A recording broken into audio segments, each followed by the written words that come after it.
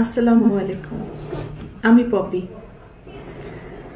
দীর্ঘ 28 বছর চলচ্চিত্রে কাজ করেছি, অনেক সুনামের সাথে, সম্মানের সাথে। কোটি কোটি দর্শকদের ভালোবাসা পেয়েছি, ইন্ডাস্ট্রির মানুষের ভালোবাসা পেয়েছি। কিন্তু এই মুহূর্তে আমি ক্যামেরার সামনে কথা বলছি একজন ব্যর্থ মানুষ হিসাবে। ব্যর্থ মানুষ বলছি এই কারণে, সবার মন জয় করতে পারলেও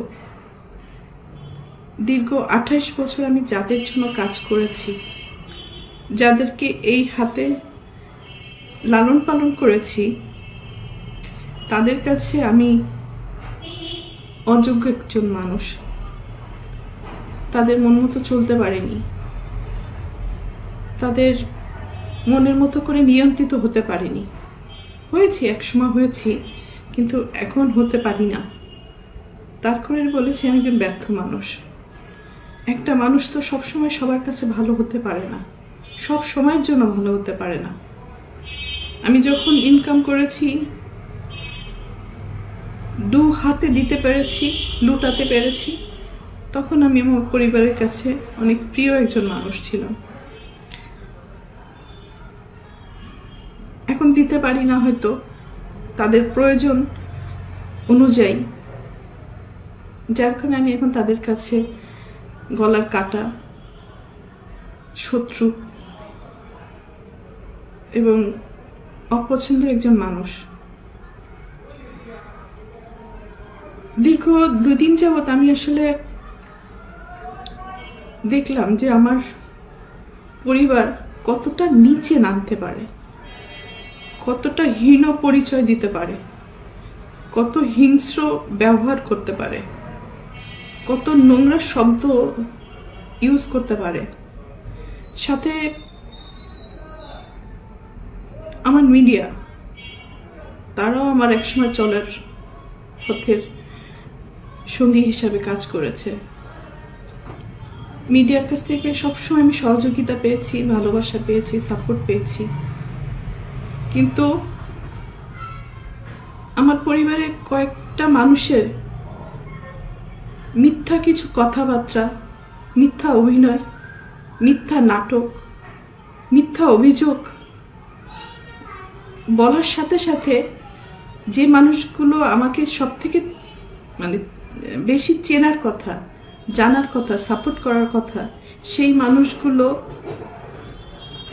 ওই মানুষগুলো, আমার পরিবারের মানুষগুলোর কথা অনুযায়ী আমাকে ভুলভাবে আমার দর্শকদের কাছে বলেন, বাংলাদেশের মানুষের কাছে খুব বাজেভাবে উপস্থাপন করেছে। তো এর থেকে দুঃখজনক আর কিছুই হতে পারে না। যাদের জন্য কাজ করেছে আজকে তারা কেউই আমার না। এই জন্য হয়তো আল্লাহ বলে, যার যার জীবন হিজ হিজ হুজ হুজ, কিয়ামতের মাঠে কেউ কাউকে চিনবে না। তো একটা মেন পয়েন্টে আসি। আজকে যে অভিযোগগুলো আমার মা আর বোন করছে, খুব স্ট্রংলি আমি প্রতিবাদ করলাম। এর পুরোটাই মিথ্যে, বানোয়াট, এবং তাদের স্বার্থ উদ্ধার হয়নি বলে আজকে সত্য একটা জিনিসকে অসত্য বলে প্রমাণিত করার চেষ্টা করছে।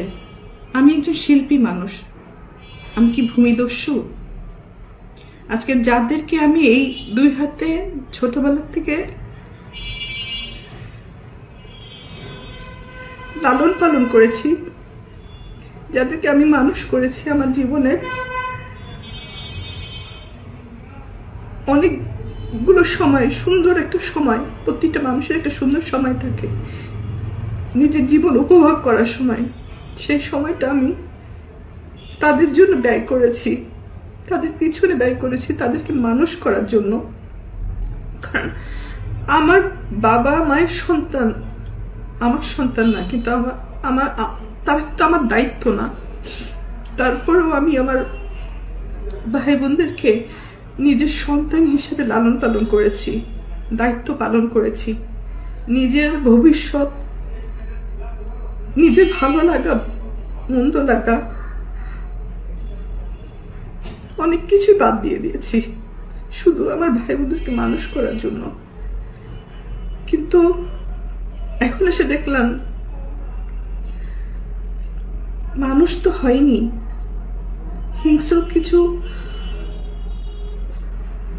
পশুও বলবো না, পশুরা তো আসলে খুব কৃতজ্ঞতা থাকে পশুদের মধ্যে, কিন্তু এদের মধ্যে সেই কৃতজ্ঞতা বোধটুকু নেই। আর উপরের দিকে থুতু ফেললে তো নিচের দিকেই আসে। কাদের নামে অভিযোগ করব? অভিযোগ তো আসলে করে বাইরের লোকদের মানে নামে। আর আমি যেহেতু আমার ভাই বোনদেরকে, আমার বাবা মাকে অনেক ভালোবাসি, যার কারণে আমার জীবনে আমি অনেক কিছু ফেস করেছি তাদের দ্বারা। নির্যাতিত হয়েছি, লাঞ্ছিত হয়েছি, অপমানিত হয়েছি। নিজের এত বছর যে আমি ইন্ডাস্ট্রিতে ইনকাম করেছি, তারা আমার সাথে বেইমানি করেছে। আমার সমস্ত অর্থ আমার কাছ থেকে নিয়ে নিয়েছে। আমার টাকা দিয়ে কেনা সয় সম্পত্তি কোনো কিছুই আমার নামে ছিল না, আমার প্রত্যেকটা ভাই বোনের নামে ছিল। আমার অ্যাকাউন্টগুলো শূন্য ছিল এবং আমার গাড়ি, শুধু আমার দেহটা ছাড়া আমার কোনো কিছুই আমার ছিল না। সব কিছুই তাদের আন্ডারে ছিল। আমিও তাদের আন্ডারে ছিলাম। তো একটা পর্যায়ে এসে মানুষের জীবনে বেঁচে থাকার জন্য কিছু না কিছু প্রয়োজন হয়। তো বেঁচে থাকার মতো শুধু আমার জানটা ছিল হয়তো। তো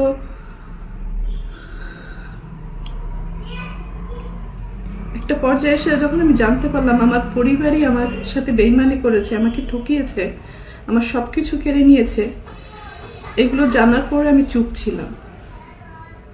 আমি যাদেরকে কোলে পিঠে মানুষ করেছি এই হাত দিয়ে, আমি তাদের দ্বারা অনেক বেশি নির্যাতিত হয়েছি। তারা আমাকে ফিজিক্যালি অ্যাসল্ট করেছে, আমার টাকা চুরি করে আমাকে মারার প্ল্যান করেছে, আমাকে খুন করে ফেলার জন্য টাকা দিয়েছে খুনিকে। আমার আপন ভাই এটার সাথে জড়িত, আপন বোন জড়িত। আর একটা সামিন নামে একটা ছেলেকে পালক নিয়েছিলেন। তারপরেও আমি অ্যাকসেপ্ট করেছিলাম যে ঠিক আছে, একটা মানুষ তো, একটা বাচ্চাকে লালন পালনের দায়িত্ব নিয়েছিলাম। তো পরবর্তীতে দেখলাম এটা যখন হাতে পায়ে বড় হয়ে গেছে, তখন ওই হাত দিয়েই আবার আমাকে আঘাত করেছে। অনেক সময় এইগুলো কিন্তু আমার মুখের কথা না, এটা সত্য ঘটনা। এটা থানায় জিডি হয়েছে, মামলা হয়েছে এবং তাদেরকে আটক করা হয়েছিল এই ক্রাইম করার জন্য। পরবর্তীতে আমি তাদেরকে মাফ করে দিয়েছি, কারণ আমার ভাই বোন তো, ভুল হইতেই পারে। সন্তান হিসাবে মাফ করে দিয়েছিলাম। পরবর্তীতে দেখি যে এগুলো বাড়তেই আছে। এবং আমার মা তো আসলে অনেক বড় একটা শব্দ, কিন্তু পৃথিবীতে সব মা না। ভালো মাও আছে, খারাপ মাও আছে। দুর্ভাগ্যবশত আমার মাটা হয়তো আমাকে সেই পরিমাণ ভালোবাসতে পারেনি, কারণ আমি আমার মার কাছে, পরিবারের কাছে সবসময় সোনার ডিম পাড়া একটা হাঁস ছিলাম, মানে দুধ দিয়ে একটা গরু ছিলাম, টাকা ছাপানোর মেশিন ছিলাম। সন্তান হিসেবে কখনো ওই ভালোবাসাটা, ওই কেয়ারিংটা পাইনি। তারপরও কোনো অভিযোগ নেই, আগেও ছিল না, এখনো নেই।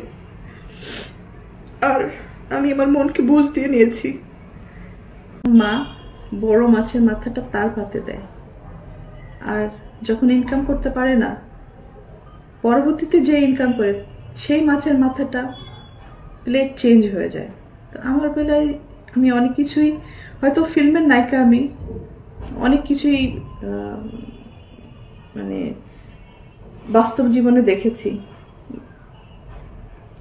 তো এতটুকু বলতে পারি, আমি ক্যামেরায় একজন ভালো অভিনেত্রী। ক্যামেরার সামনে স্ক্রিপ্ট পড়েছি, ডিরেক্টরের ডিরেকশন ফলো করেছি, হয়তো 3বার ন্যাশনাল অ্যাওয়ার্ড পেয়েছি।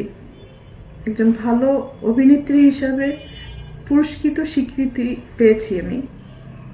কিন্তু বাস্তব জীবনে আমি খুবই কাঁচা একজন অভিনেত্রী। মানে অভিনয়টা আমার দ্বারা হয় না। অনেক কিছু সহ্য করেছি, তো মুখ বুঝে সহ্য করাটাই হয়তো আমার পরিবার আমার দুর্বলতা মনে করেছে, আমার ক্ষতি করেছে যারা যারা, তারা সবাই মনে করেছে আমি হয়তো চুপ থাকি, হজম করি, কারো ক্ষতি করি না, এটা আমার দুর্বলতা।